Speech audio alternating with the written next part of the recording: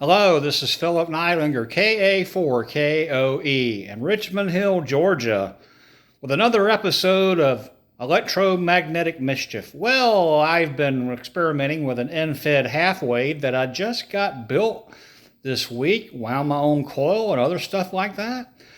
And well, there's a big fuss about the end-fed half-wave in the ham radio community, and in my measured opinion as an electrical engineer with measured experience in all fields of endeavor, well, anyway, I'm just full of myself.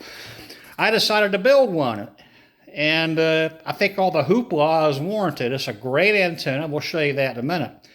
Meanwhile, outside in the world here in the deep south, it's frankly too hot to do anything out there, and it's early June. So I've got the FT897 Delta Yaesu here on the dining room table, and the coax just goes outside. And we're not going to show you the entire route of that because frankly the house is a mess.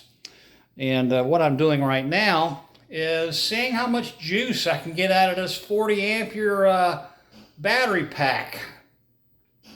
And I've never really run it down, so I'm going to run it down. I've had it going for several days.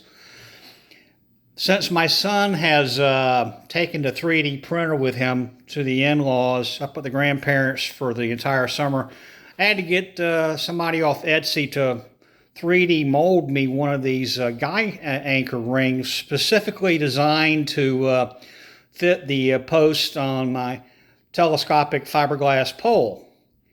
So we're going to show you that in a second, like I said.